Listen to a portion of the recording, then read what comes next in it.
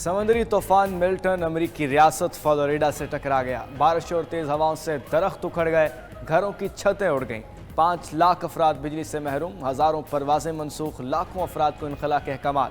امریکی صدر بائیڈن نے فلوریڈا کے شہریوں کو انخلاء کے احکامات پر عمل کرنے کی ہدایت کر دی۔ کہا ملٹن صدی کا خطرناک ترین سمندری طوفان ہے، علاقہ نہ چھوڑنے والے افراد اپنی جانوں کو خطرے میں ڈال رہے ہیں۔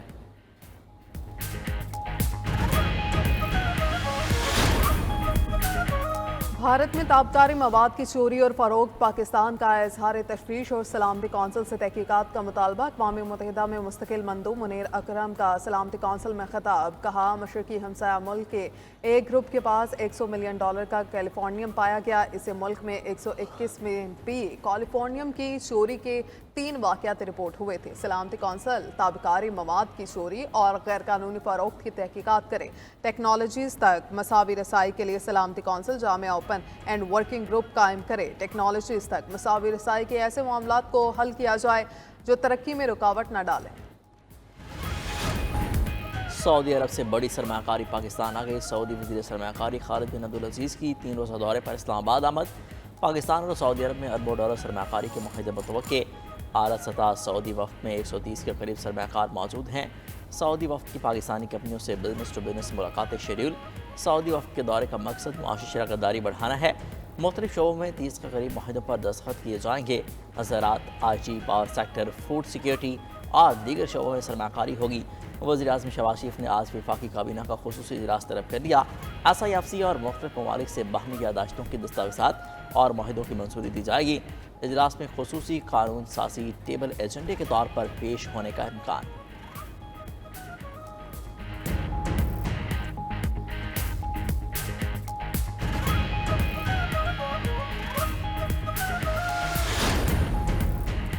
ایشیائی ترقیاتی بینک کا پاکستان کو 3 سال میں $6 ارب دینے کا اعلان۔ رقم 48 ترقیاتی منصوبوں پروگراموں پر خرچ کی جائے گی۔ ایشیائی ترقیاتی بینک کے حکام کا کہنا ہے پاکستان کو رواں سال $2 ارب سے زیادہ فائنینسنگ فراہم کی جائے گی۔ 2025 میں $1 ارب 50 کروڑ، 2026 میں $2 ارب 30 کروڑ ملیں گے۔ 2027 میں ایشیائی ترقیاتی بینک پاکستان کو $2 ارب 25 کروڑ سے زیادہ فائنینسنگ دے گا۔ حکام کے مطابق پاکستان کو $2 ارب 80 کروڑ کا رعایتی قرضہ بھی دیا جائے گا۔ پاکستان سے قرض پر صرف 2% سود یا چارجز لیے جائیں گے۔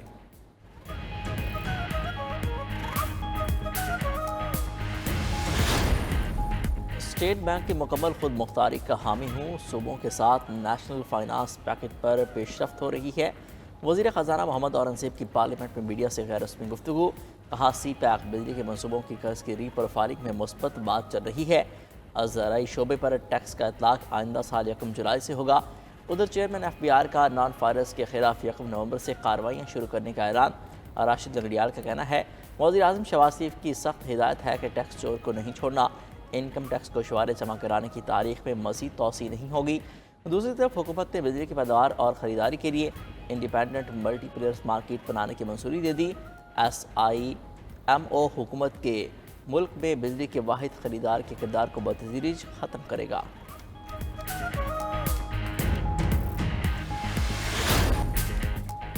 بانی PTI اگر اپریل 2022 سے سیاسی فیصلے کرتے تو آج دوبارہ وزیر اعظم ہوتے۔ بانی چیئرمین آج بھی سیاستدانوں سے نہیں اسٹیبلشمنٹ سے بات کرنا چاہتے ہیں۔ چیئرمین پیپلز پارٹی بلاول بھٹو کی اسلام آباد میں رپورٹر سے گفتگو۔ کہا انہیں بانی PTI کا سیاسی مستقبل روشن نظر نہیں آتا۔ سیاست میں جو ڈر گیا وہ مر گیا۔ آئینی عدالتوں اور عدالتی اصلاحات پر مولانا فضل الرحمان مان گئے تھے۔ حکومت آئین کے آرٹیکل 8 اور 51 پر ترمیم لانا چاہتی تھی، لیکن پیپلز پارٹی اور JUI نے انکار کر دیا۔ لگتا ہے 25 اکتوبر تک آئینی ترمیم پاس کرا لی جائے گی۔ حکومت کے پاس ضمیر پر ووٹ لینے کا آپشن موجود ہے۔ چاہتے ہیں مولانا فضل الرحمان سمیت تمام سیاسی جماعتوں کو ساتھ لے کر چلا جائے۔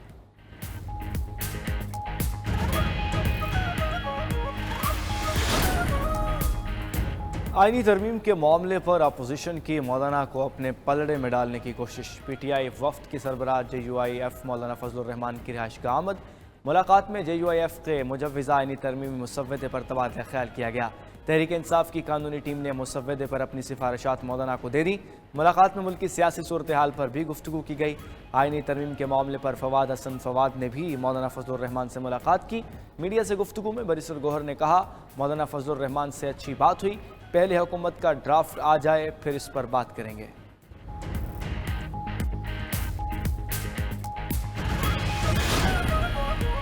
حکومت کے لیے آئینی ترمیم کے لیے نمبرز پورے کرنا مسئلہ بن گیا۔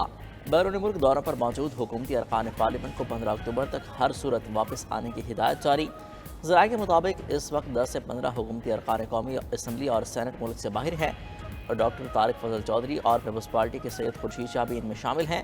سینیٹرز میں پیپلز پارٹی کے رانا محمود الحسن، بی اے پی کے دنیش کمار بیرون ملک موجود ہیں۔ سینیٹر عبدالقادر بھی بیرون ملک دورے پر گئے ہوئے ہیں۔ پی ٹی آئی کے ایم اے ریاض فتیانہ اور سینیٹر فیصل سلیم بھی ملک سے باہر ہیں۔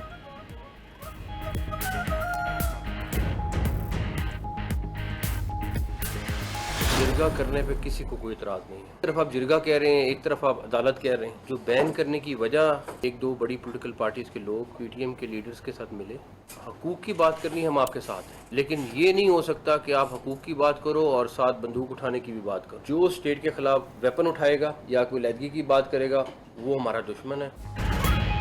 ریاست کے خلاف ہتھیار اٹھانے والا ہمارا دشمن ہے، کسی کو ریاست پر حملہ آور نہیں ہونے دیں گے، پی ٹی ایم کا ساتھ دینے والے کے خلاف ایکشن ہوگا، شناختی کارڈ بلاک ہوں گے، وزیر داخلہ محسن نقوی نے واضح کر دیا۔ نیوز کانفرنس میں کہا ریاست مخالف اقدامات میں ملوث عناصر سے کوئی رعایت نہیں ہوگی، کسی کو بندوق اٹھانے اور ریاستی اداروں پر حملہ آور نہیں ہونے دیں گے، یہ نہیں ہو سکتا اداروں کو گالیاں دیں اور ہم چپ بیٹھے رہیں۔ پی ٹی آئی کے احتجاج پر بات کرتے ہوئے وزیر داخلہ نے کہا کیا کسی نے علی امین گنڈا پور کو ڈی چوک میں دیکھا؟ اسلام آباد کو ہاتھ لگا کر کہنا ڈی چوک پہنچ گیا تھا مناسب نہیں، اگر وہ ڈی چوک کے قریب ادھر ادھر سے ہو کر چلے گئے تو میں کچھ نہیں کہہ سکتا۔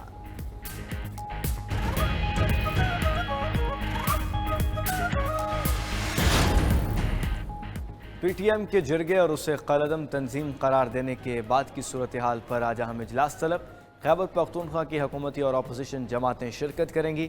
وزیر اعلیٰ خیبر پختونخوا کی زیر صدارت اراکین صوبائی اسمبلی کا اہم اجلاس ہوا۔ اسپیکر بابر سلیم سواتی، حکومتی اور اپوزیشن ارکان نے شرکت کی۔ علی امین گنڈا پور نے کہا دوپہر 12 بجے اجلاس میں وزیر داخلہ محسن نقوی وفاق کی نمائندگی کریں گے۔ اجلاس میں معاملے کا پرامن حل تلاش کیا جائے گا۔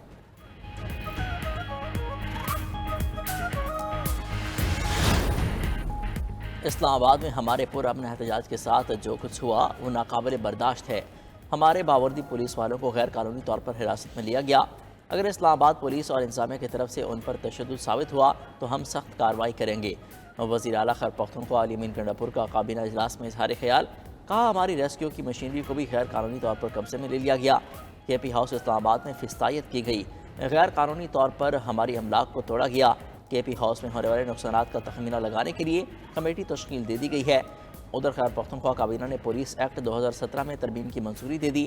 پولیس افسران کے تبادلوں کے بعض اختیارات آج ہی سے واپس لے لیے گئے۔ پولیس افسران کے تبادلے اب وزیر اعلیٰ کر سکے گا۔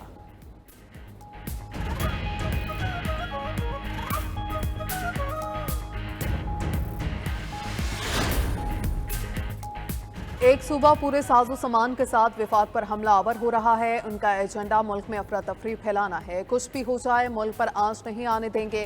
وزیر اعلیٰ پنجاب کا لاہور میں تقریب سے خطاب، کہا ہر روز جلاؤ گھراؤ کی روایت بہت غلط ہے، احتجاج کے لیے سرکاری لوگوں کو کے پی سے لایا جاتا ہے، پنجاب میں کام ہو رہا ہے، لوگ احتجاج کرنے والوں کو گھاس نہیں ڈال رہے، مہنگائی کم ہونے سے ان کی سیاست دفن ہو رہی ہے، سیاسی اسموک نظر نہیں آتی لیکن ملک تباہ کر دیتی ہے۔ مزید کہا پنجاب میں 1 ماہ بعد الیکٹرک بسز کا فلیٹ آ رہا ہے، بھارت سے فضا کے ذریعے یہاں آتی ہے اور بھارت کے ساتھ کلائمیٹ ڈپلومیسی ہونا چاہیے۔